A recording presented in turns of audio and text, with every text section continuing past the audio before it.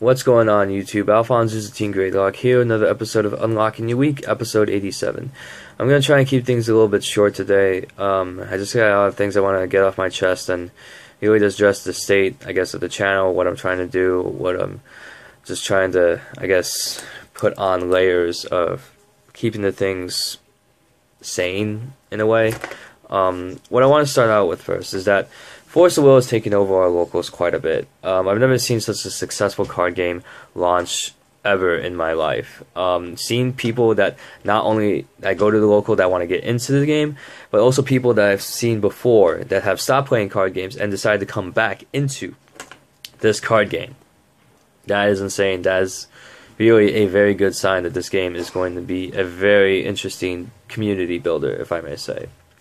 And I look forward to it. I even completed the little red deck, motto red deck wins type of mantra. And then I hope to see what would happen later on. We have tournaments and go regional tournaments, because hopefully it's going to be a completely different structure. Hopefully we're going to get something that's just out of left field. And seeing how much success it has seen in Europe and now bringing it over to the States, I think we're going to be seeing quite a few different things from now on. So with Team Gradelock, we are getting taken over by Force of Will intensely. There is just so much plus that you can go in Force of Will, and I even made a Did I Plus video for one of the boxes, and I'll try and research the prices to make sure that I can put them up for you and see, did I plus or did I not? So now that's over with, I can go to the next part of my discussion, will be the tournament runs. There are two tournaments I can report on this week very quickly. The first one was a Vice Swords tournament that took place this past Tuesday at Time Warp Comics and Games. I entered, there were only 5 people in there. It was a standard construction tournament. We all were running different decks, and round 1, I went off with the bye, and immediately people were saying that you probably won the tournament because of this bye.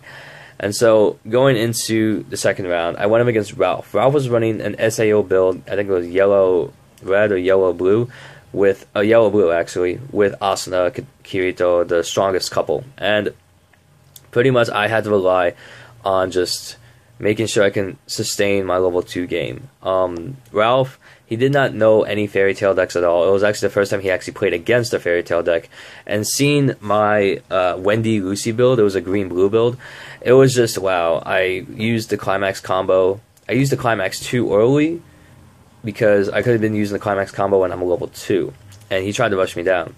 I countered with the level 2 game, and I controlled the board to the point where he had to literally crash into my characters and get me to at least level 3. And then once I got that, I managed to do clock knocks and, shenanigans to try and end the game from there.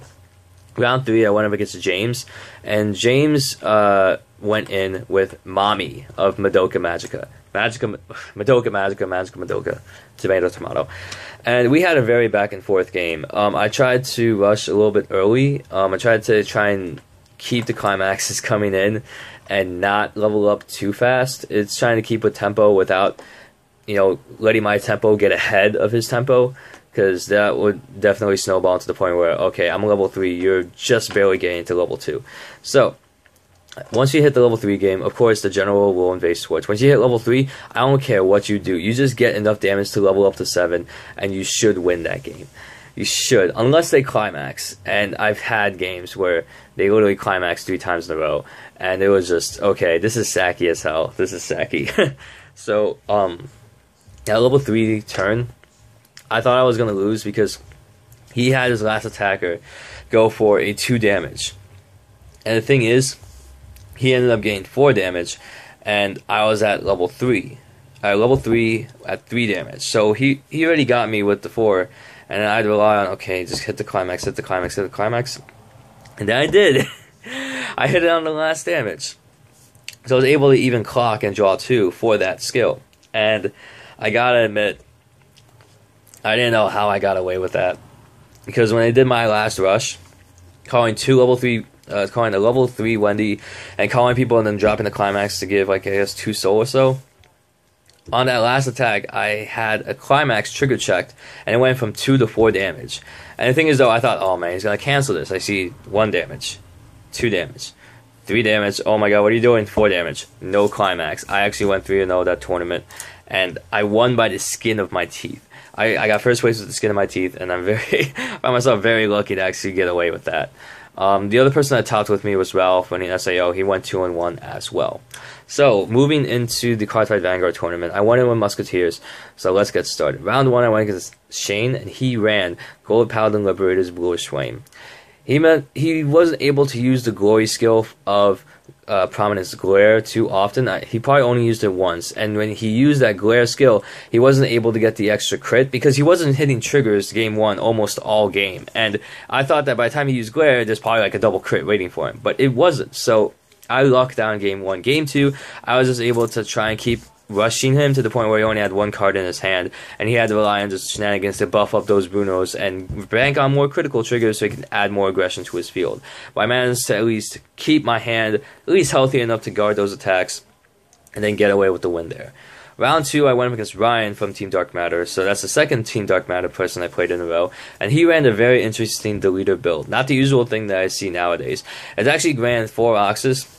I've seen 2 Zales, although it was pretty much just another friend's deck, but he ran also the 10k. If it hits a Vanguard, if your Vanguard is deleted, you lock a card. So you literally have to drop at the least 15k shield in order to guard it, or you lose out on a rear guard and possibly an attack. So it's very, very, it's very, very shocking because, you know, it's not the usual deleter build I go up against. And seeing that build, I couldn't help but think, oh my god, this is horrifying. This is not good at all. How do I combat this? I'll just rush you down as fast as possible and I'll take the locks as I come, because that's what Musketeers do. Unfortunately, we don't have an unlocker yet, so it's just like, oh my goodness.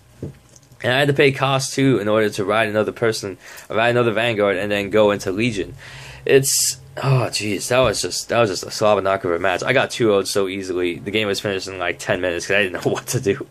And he ran stands in there. So the thing is though, when you run stands with that grade 3, I was thinking, alright, he's gonna get at least one lock off of it. So I might as well just do my best to guard with. I didn't have quintet walls, I didn't have perfect guards to guard it either. So I was so dead at that point. So I lost round 2. Round 3, I went up against Joe Nugent. He was running Genesis Witches. And he had the defense for days, but I just managed to try and counter back with both games going into 3 Legions in a row. Oh my goodness, that was insane. I didn't know how to deal with it, because I'm just like, alright, I'm losing my hand now because I kept riding Vera into Vera into the Vera, and it's just like he still has the defense necessary because he's soul charging. He has the exact number in order to just add 2 more witches to his hand, adding like a +5 every turn, 1 for the draw phase, 2 for the twin drive, and then an extra 2 for the witch's skill. So I managed to squeak by luckily with that because I just had enough to guard his last swing attack.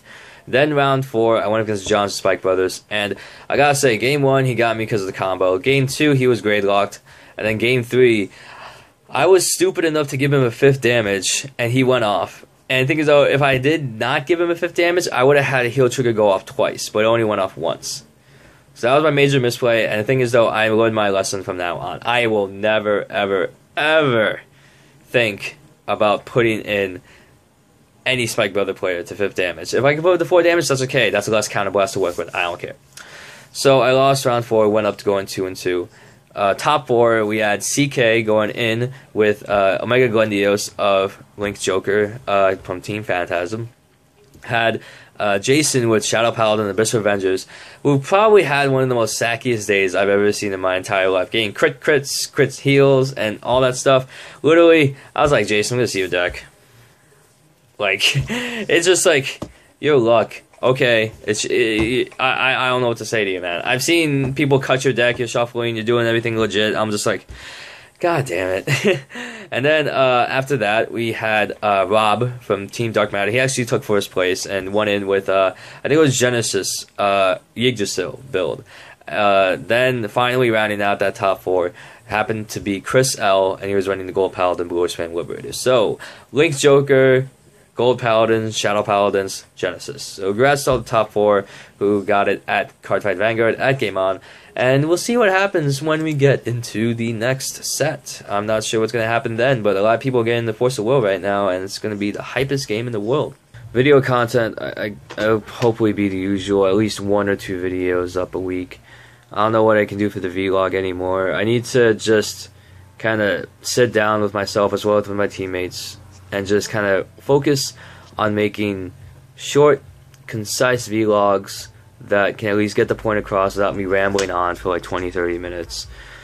And hopefully in a week or two or a month, whatever how long it takes, I hope that I can at least, if I do come back to full form, I will do so in a way that's efficient, time managing, and just making sure that I don't lose my mind again.